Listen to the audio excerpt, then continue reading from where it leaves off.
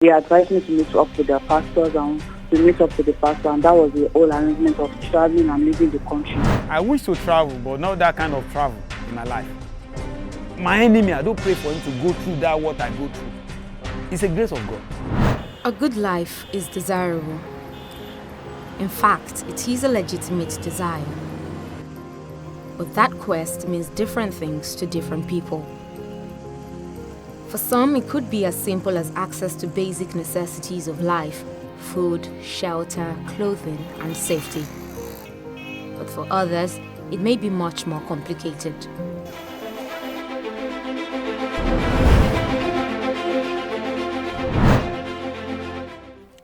Yearly, thousands of African migrants leave their countries on a long journey away from home, their destination, Europe.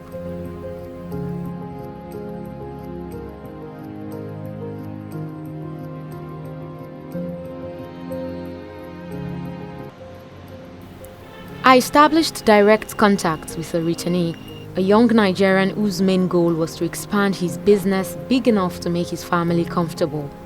Although not Europe-bound, his story shows that there is no limit to human mobility and migration decisions. An old friend had informed him of business opportunities in Cairo, but the road to Egypt turned out to be eventful.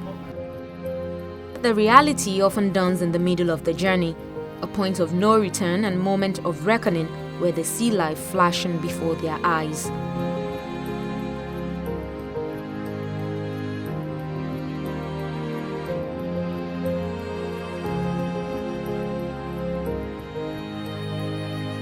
From Kano, there's a bus taking us to Sinden. From Sinden to Agadez. Getting to Agadez, suddenly they say we are going to enter flight. Just an hour to Cairo. I said, okay, no problem. I was enjoying myself.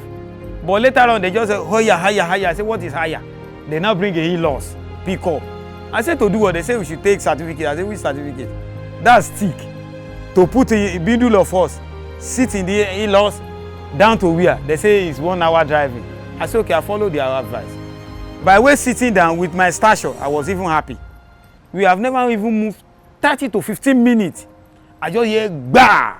I was just hearing, Boda Entiku. And I told them, I'm not dead, dude. I'm still alive. 2 people now came to me. They now carry me. And I say, is it my leg there? They say my leg, because it's cold. They say my leg is there. They took me to somewhere to sit down. Within 30 minutes, they say we are not going again. That's where we are going to sleep, in the desert. When we moved for 3 days, there was a guy, the driver. I was watching him. The way he's driving and the way they are talking. He now said everybody should stop. There's what they call Duruku there. They said Duruku. He asked everybody to stop and calm down. This is how I fold my mouth, looking at him, said, what is happening? He said, we are too heavy. Heavy for what? He took 5 people to one side, said the car is going down. With the language they are talking. I don't hear their language. What I just know is that he wants to kill 5 people. I just hear pa, pa, pa, pa. From there, the hypertension now come up. Because that's my first time in my life seeing killing people like a goat. With the arduous journey on land to Libya out of the way, migrants then proceed to the next phase, this time on sea.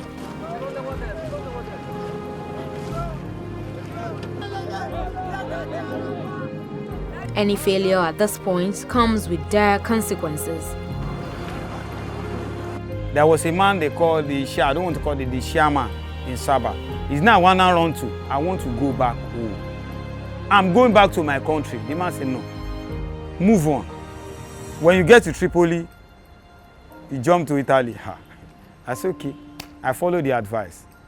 Getting to Tripoli, we will get to the sea. There's a camp they used to put us.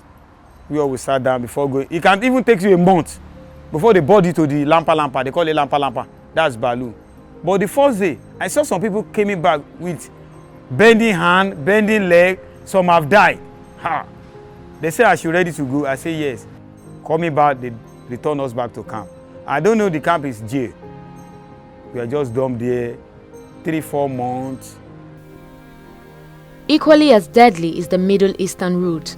Even more heartbreaking is that victims can be lured by persons considered trustworthy.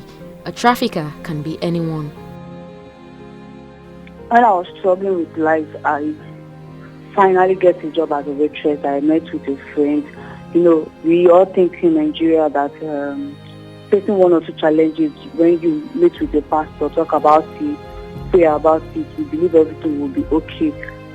And that was what happened. They advised me to meet up with the pastors, and we meet up with the pastor, and that was the whole arrangement of traveling and leaving the country. And the initial plan was Canada, not traveling to an Arab country. It was not Oman. So at the long run, I was working. I do send my salary and even the tip I get as a waitress then to the pastor to work on my visa. And at the long run, we realized that the pastor was fake and there was nothing coming out of it. So we met with the person the pastor was introducing to us, standing as the agent. They said, okay, there's a country that we can go to currently now, which is called Oman. That was where we were told that it was Dubai, close to Dubai. They share border with Dubai. And we all know Dubai very well because Dubai is a very popular country, okay. Since it's Dubai, okay, we would go there.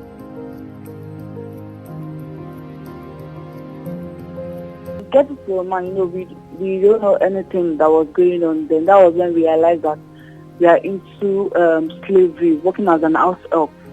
Here they call it house help. Over there, they call us Shangala, which is slave.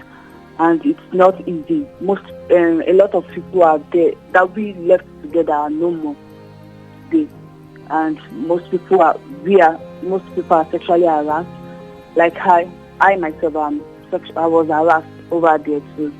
I was locked up, being beaten up. Even if I said I'm not working again, the way they treat me as if I am nobody, and they don't care if I live my life or not because they believe that they've actually paid our country, like they've paid an agent here in Nigeria. They sell us out for 2 years, so they let us know that 2 years we can actually do anything for us, and we have no question, and we have no right over ourselves for that 2 years.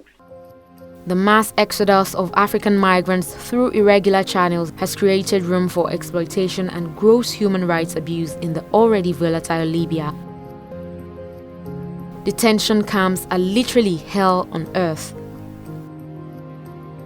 And so, in 2017, the European Union, in partnership with the International Organization for Migration, started funding voluntary return programs to assist migrants stranded in these informal prisons. Since then, over 15,000 Nigerians have taken advantage of this opportunity.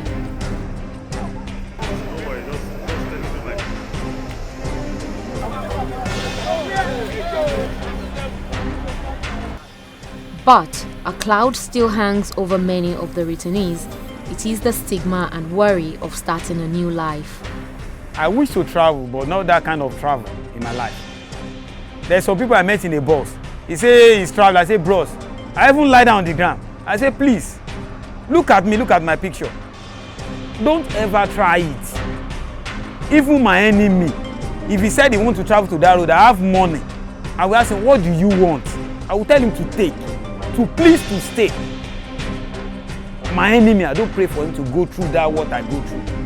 It's a grace of God for me to be alive today. They say old wounds heal over time, but this experience is one whose memory hardly ever fades away.